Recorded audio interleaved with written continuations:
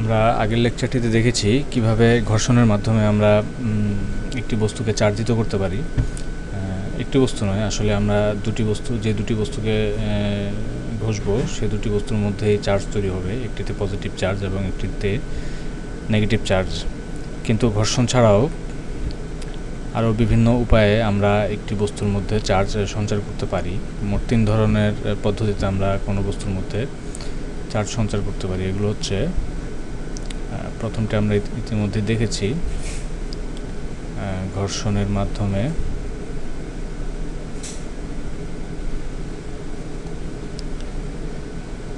দুই হচ্ছে পরিবহন দ্বারা। এটাও আমরা কিছুটা আলোচনা করেছি। পরিবহন দ্বারা আমরা যদি একটি চার্জিত বস্তু নেই যেটাতে আমরা কোনোভাবে চার্জ সঞ্চার করেছি ঘর্ষণের মাধ্যমে বা অন্য কোনো মাধ্যমে, এখন আমি যদি এই চার্জিত বস্তুর সাথে আরেকটি পরিবাহী পদার্থ স্পর্শ করি, যেমন আমি এখানে একটি কপার দণ্ডের পাশে আরেকটি কপার দণ্ড স্পর্শ করলাম, তাহলে কপার দণ্ডের মধ্যে এটাতে শুরুতে চার্জ ছিল 0, তাহলে এই কপার দণ্ড যেটাতে চার্জ আছে সেখান থেকে যেটাতে চার্জ নেই সেখানে একটা চার্জের ফ্লো হবে যতক্ষণ না তাদের মধ্যে চার্জের সমতা না আসে। ব্যাপারটা অনেকটা এক পাত্র থেকে আরেক পাত্রে পানি গমনের মতো। আমি যদি একটি ভরা পাত্র নেই এবং একটি খালি পাত্র নেই, এখানে ভরা পাত্রে পানি পরিপূর্ণ আছে আর এখানে খালি পাত্র, এখন দুঃখিত এটা খালি। এখন আমি যদি এই দুটি পাত্রকে এখানে নল দ্বারা যুক্ত করে এদের মধ্যে সংযোগ দিয়ে দেই, তাহলে আমি দেখব যে এই পাত্র থেকে পানি আস্তে আস্তে এই পাত্রের দিকে যেতে থাকবে যতক্ষণ না দুই পাত্রের পানির লেভেল সমান না হয়। একইভাবে আমি যদি দুটি পরিবাহীকে এভাবে যুক্ত করি, তাহলে একটি পরিবাহী থেকে আরেকটি পরিবাহীতে এভাবে চার্জ স্থানান্তরিত হতে থাকবে যতক্ষণ না তাদের মধ্যে চার্জ সমান না হয় বা চার্জের ঘনত্ব সমান না হয়। তৃতীয় পদ্ধতিটি হচ্ছে আবেশের দ্বারা।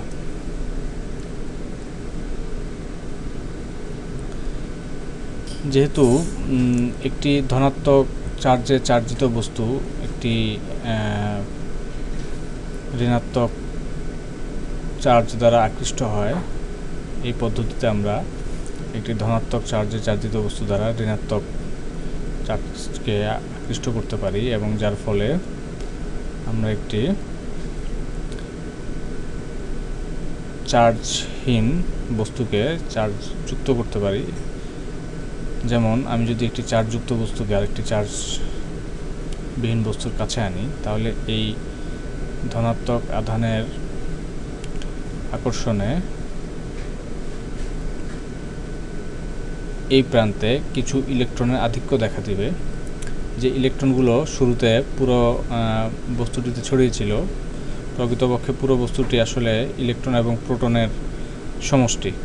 এখন একটি চার্জবিহীন বস্তুতে ইলেকট্রন এবং প্রোটনের সংখ্যা সমান থাকে, অর্থাৎ পজিটিভ এবং নেগেটিভ চার্জের সংখ্যা সমান থাকে, ফলে আমরা এর উপরে প্রযুক্ত মোট চার্জের পরিমাণ 0 পাই।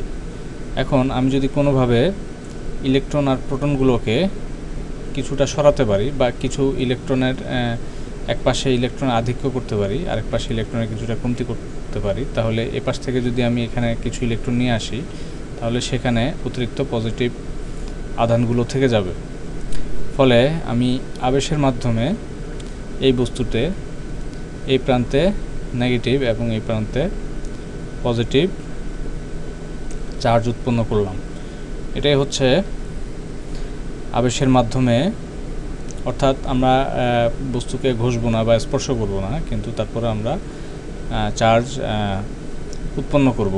আর প্রকৃতপক্ষে চার্জ উৎপন্ন করা যায় না, আমরা চার্জের পার্থক্য তৈরি করি, অর্থাৎ এখানে যে পরিমাণ চার্জ আছে সেই পরিমাণ চার্জ থাকবে, শুধু আমরা চার্জের একটা পার্থক্য তৈরি করলাম এই দুটার মধ্যখানে।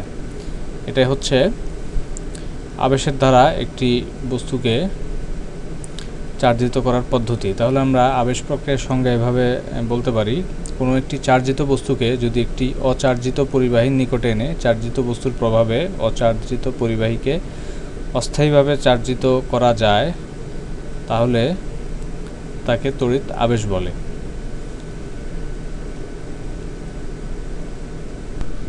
এখন আবেশ প্রক্রিয়ার কিছু বৈশিষ্ট্য দেখা যাক। প্রথম বৈশিষ্ট্যটি হচ্ছে আবিষ্ট পদার্থের যে প্রান্ত আবেশী বস্তুর নিকটবর্তী ওই প্রান্তে আবেশী চার্জের বিপরীতধর্মী এবং দূরবর্তী প্রান্তে সমধর্মী চার্জ উৎপন্ন হয়। অর্থাৎ আবিষ্ট পদার্থ, আমি যদি একটি চার্জযুক্ত বস্তু নেই যেটা দিয়ে আমি আবিষ্ট করব অন্য একটা বস্তুকে, ধরি এটা পজিটিভ চার্জে চার্জিত আছে,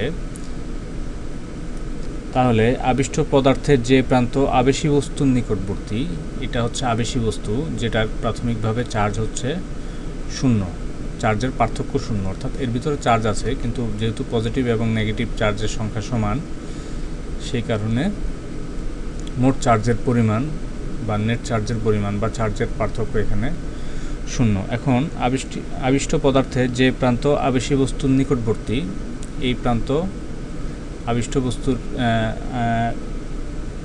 আবেশী বস্তুর নিকটবর্তী, তাহলে এই প্রান্তে আবেশী বস্তুর বিপরীতধর্মী চার্জ উৎপন্ন হয়।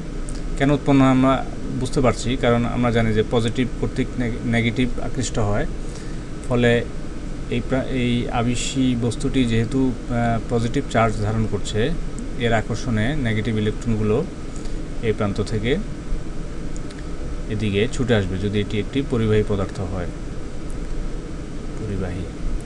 এবং এখান থেকে আমরা এটুকু দেখতে পাচ্ছি যে এখানে যদি ইলেকট্রন জমা হয়ে যায়, এক সময় এই পুরো বস্তুটিতে পজিটিভ এবং নেগেটিভ সমান ছিল, এখনও সমান আছে পুরো বস্তুটি যদি আমি চিন্তা করি, কিন্তু এই প্রান্তে কিছু ইলেকট্রন বেশি জমা হয়েছে যেগুলো এসেছে এই প্রান্ত থেকে। ফলে এই প্রান্ত থেকে যদি এই প্রান্তে শুরুতে একটা প্রোটনের সাথে একটা প্রোটনের জন্য একটা ইলেকট্রন ছিল, কিন্তু যখন এখান থেকে কয়েকটি ইলেকট্রন এই পাশে চলে আসবে, এখানে সেই ইলেকট্রনগুলোর ঘাটতি দেখা দেবে, অর্থাৎ এখানে সেই প্রোটনগুলো অতিরিক্ত থেকে যাবে। ফলে যে পরিমাণ অতিরিক্ত ইলেকট্রন এই পাশে এসে জমা হবে, সেই পরিমাণ অতিরিক্ত প্রোটন এই প্রান্তে পাওয়া যাবে। অর্থাৎ আবিষ্ট পদার্থের যে প্রান্ত আবেশী পদার্থের কাছাকাছি থাকবে, সেই প্রান্তে আবেশী পদার্থের বিপরীতধর্মী চার্জ এবং অপর প্রান্তে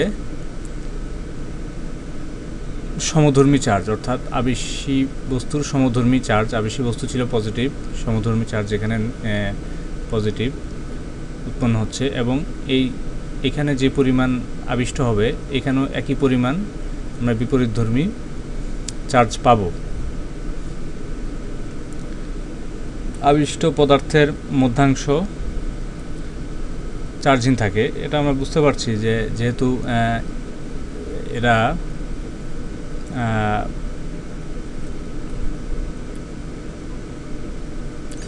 এটা আমরা যদি ব্যাখ্যা করতে চাই, আমরা প্রথমে কেন মধ্যবর্তী অঞ্চল চার্জবিহীন থাকবে।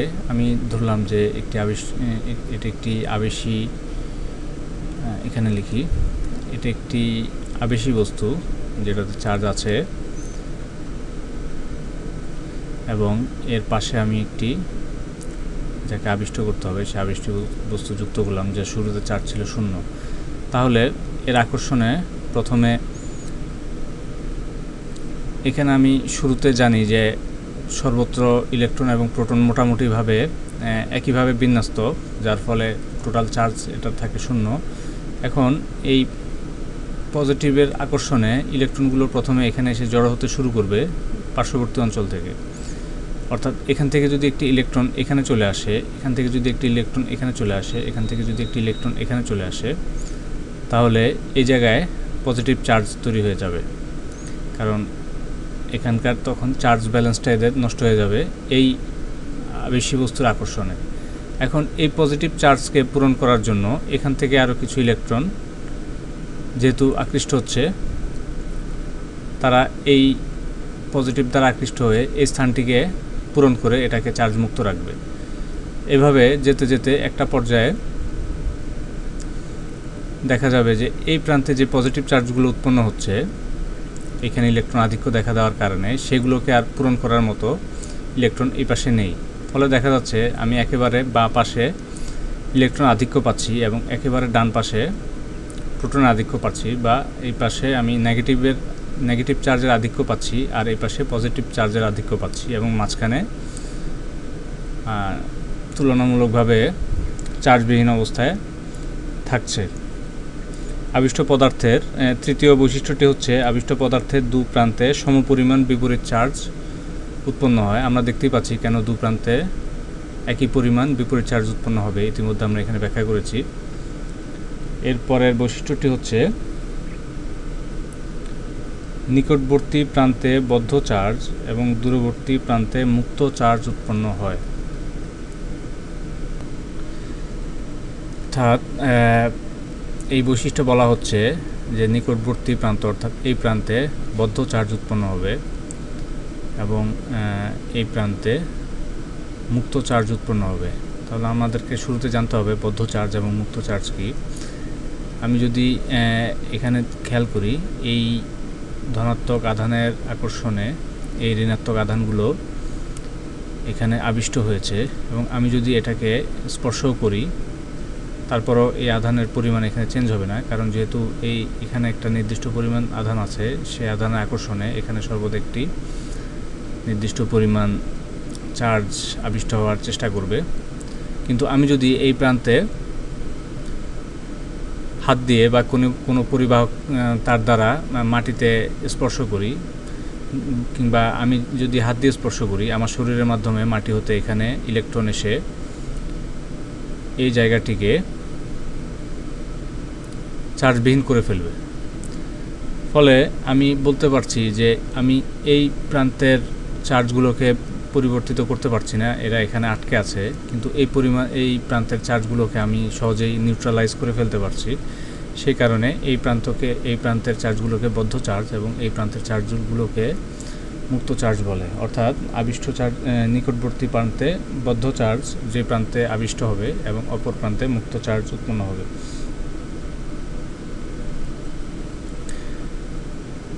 আরেকটি বৈশিষ্ট্য হচ্ছে আবিষ্ট চার্জের পরিমাণ আবিষ্ট বস্তু ও আবেশী চার্জের মধ্যবর্তী দূরত্বের উপর নির্ভর করবে।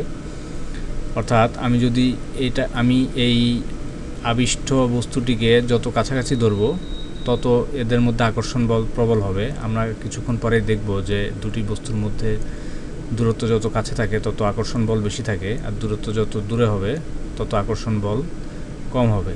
ফলে আমি যদি দুটি বস্তুকে, এটা যদি আবেশী বস্তু হয়ে থাকে, এটাকে যদি আমি আবিষ্টীয় যেটাকে করতে হবে সেটা থেকে অনেক দূরে রাখি, তাহলে এদের আকর্ষণ বল কম হবে, ফলে এখানে সহজে আবিষ্ট বিদ্যুৎ পাওয়া যাবে না। বিকর্ষণ তড়িৎগ্রস্ততার নিশ্চিত প্রমাণ। আমি যদি যে কোনো একটি বস্তুকে,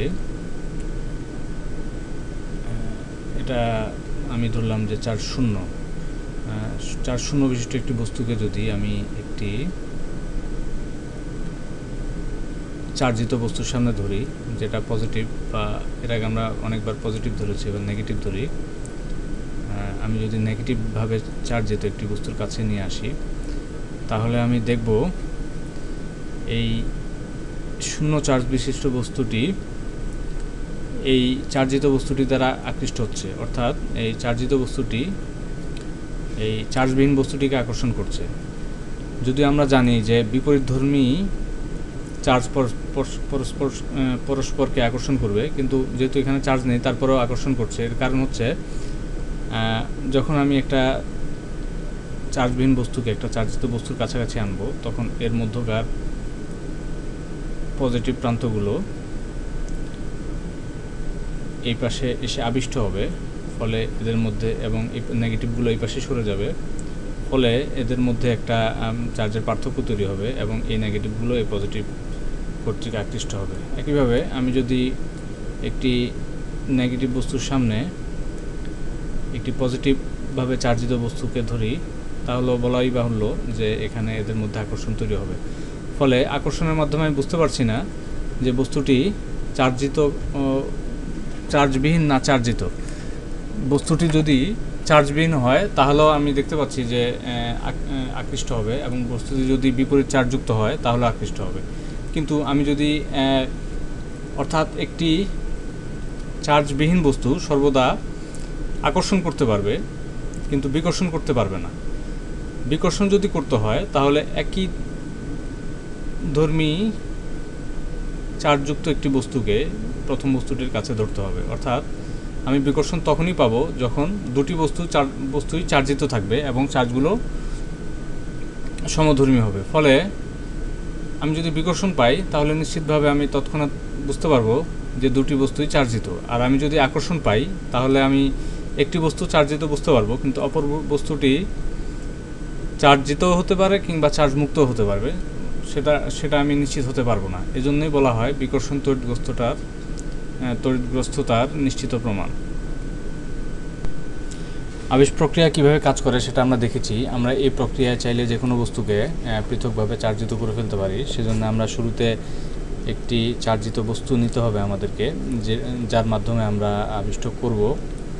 তো আমরা শুরুতে একটি চার্জিত বস্তু নেই। এটাকে আমি ধরলাম এটা একটা পজিটিভ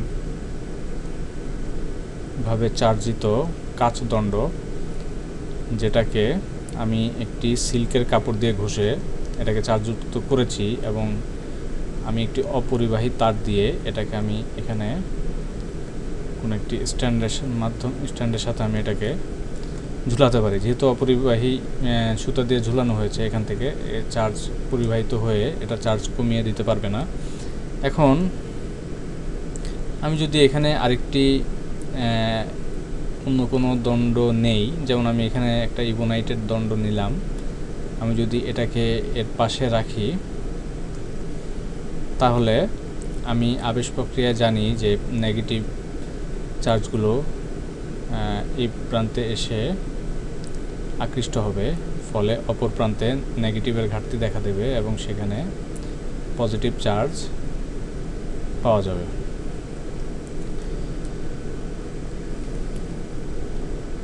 এখন এই অবস্থায় আমি যদি এটাকে কোনো পরিবাহক তার দিয়ে যুক্ত করি মাটির সাথে, এই চিহ্নটি দিয়ে গ্রাউন্ড চিহ্ন বোঝানো হয়, এরকম একটি চিহ্ন। এই চিহ্ন যদি কোনো তারের এক পাশে যুক্ত করা হয় তাহলে বোঝা যাবে যে সেটাকে মাটির সাথে যুক্ত করা হয়েছে। তাহলে আমি যদি এই পরিবাহক তার দিয়ে এটাকে মাটির সাথে যুক্ত করি তাহলে মাটি থেকে কিছু ইলেকট্রন এই প্রোটন দ্বারা আকৃষ্ট হয়ে, প্রকৃতপক্ষে মাটি থেকে সরাসরি আকৃষ্ট হতে পারবে না, কারণ এটা যদি অনেক দীর্ঘ পথ হয়, প্রথমে এখান থেকে কিছু নেগেটিভ ইলেকট্রন এই পজিটিভ দ্বারা আকৃষ্ট হয়ে এখানে চলে আসবে। এই নেগেটিভ যখন এখানে চলে আসবে, এখানে একটা পজিটিভ তৈরি হবে। সেই পজিটিভকে নিউট্রালাইজ করার জন্য এখান থেকে একটা নেগেটিভ এদিকে চলে যাবে। এভাবে পর্যায়ক্রমে যেতে যেতে একটা পর্যায়ে এখানে সবগুলো পজিটিভ চার্জ নেগেটিভ ইলেকট্রন দ্বারা নিউট্রালাইজ হয়ে যাবে বা প্রশমিত হয়ে যাবে, ফলে এখানে চার্জ হয়ে যাবে শূন্য। এমন অবস্থায় আমরা এখানে চার্জের অবস্থা পাবো এমন, এবং এই পাশে কোনো চার্জার পাওয়া যাবে না। এখন আমি যদি এই কাচ দণ্ডটিকে এই ইবোনাইটের পাশ থেকে সরিয়ে দেই, তাহলে যেহেতু এখন আর এখানে কোনো আকর্ষণের বস্তু নাই, এই ইলেকট্রনগুলো আর এই এক পাশে থাকবে না, বরং তাদের নিজেদের মধ্যে বিকর্ষণের কারণে এরা পুরো খণ্ডে ছড়িয়ে পড়বে। কিন্তু এখন এখানে আমরা বুঝতে পারছি যে মাটি থেকে ইলেকট্রন এসে এই পাশকে যখন নিউট্রালাইজ করে ফেললো, তখন এই বস্তুটিতে ইলেকট্রনের একটা আধিক্য তৈরি হলো। ফলে দেখা গেল যে এই বস্তুটিকে যদি আমি প্রথম বস্তুটি থেকে সরিয়ে দেই, তাহলে এখানে একটা অতিরিক্ত নেগেটিভ আধানের আধিক্য থেকে যাবে। ফলে এটা আসলে তখন নেগেটিভভাবে চার্জিত হয়ে যাবে। আমি যদি এটাকে আর আবেশ প্রক্রিয়া না রাখি, তারপর আমরা এটাকে একটা স্বাধীনভাবে একটা নেগেটিভ বস্তু হিসেবে পাবো। একইভাবে আমি বিপরীত ক্রমে একটা নেগেটিভলি চার্জড বস্তুর মাধ্যমে আমি একটা পজিটিভলি চার্জড আবিষ্ট পদার্থ পেতে পারি। আমি যদি একটি ইবোনাইট দণ্ডকে যদি ফ্লানেলের কাপড় দিয়ে ঘষি, তাহলে এখানে নেগেটিভ চার্জ পাওয়া যাবে, যেটাকে আমি একইভাবে সুতা দিয়ে ঝুলিয়ে রাখলাম। তারপরে এখানে আমি অন্য একটি দণ্ড ধরলে সেখানে আমি একটি পজিটিভভাবে আকৃষ্ট প্রান্ত পাবো এবং অপর প্রান্তে নেগেটিভ থাকবে। এই নেগেটিভকে আমি একটি তার দ্বারা যদি মাটির সাথে যুক্ত করি, কিংবা আমি যদি হাত দিয়ে স্পর্শ করি, তাহলেও এখান থেকে অতিরিক্ত ইলেকট্রন মাটির দিকে চলে গিয়ে এই জায়গাটিকে চার্জ শূন্য করে ফেলবে। এরপর আমি যদি এই বস্তুটিকে আবেশী বস্তু থেকে সরিয়ে দেই, তাহলে এই পজিটিভ চার্জগুলো পুরো বস্তুটিতে ছড়িয়ে পড়বে।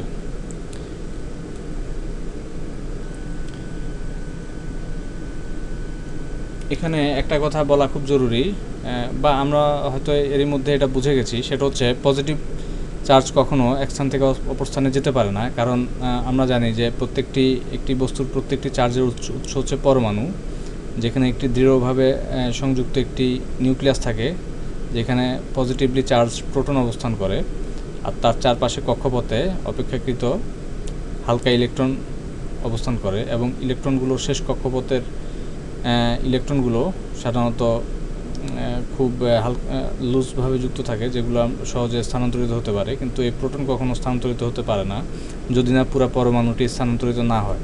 সেক্ষেত্রে আমরা যদি বলি যে একটি বস্তুর এক প্রান্ত থেকে পজিটিভ চার্জ অপর প্রান্তে স্থানান্তরিত হয়েছে, এর মানে হচ্ছে এইখান থেকে একটি ইলেকট্রন গিয়ে এই পজিটিভ চার্জকে প্রশমিত করেছে, ফলে এই প্রান্তে চার্জ শূন্য হয়ে গেছে, এবং এই প্রান্ত থেকে যেহেতু একটি ইলেকট্রন চলে গেল, এই ইলেকট্রনের অভাবজনিত কারণে এখানে একটা অতিরিক্ত প্রোটনের আধিক্য দেখা দিয়েছে, ফলে এখানে একটি পজিটিভ চার্জ তৈরি হয়েছে। তার মানে পজিটিভ চার্জ যদি এখান থেকে এখানে চলেও যায়, তার মানে এই না যে প্রোটন এখান থেকে এখানে স্থানান্তরিত হচ্ছে। প্রকৃতপক্ষে একটি ইলেকট্রন এই প্রান্ত থেকে এই প্রান্তে গিয়ে এই প্রান্তে শূন্য এবং এই প্রান্তে একটি পজিটিভ চার্জ তৈরি করতে সাহায্য করেছে।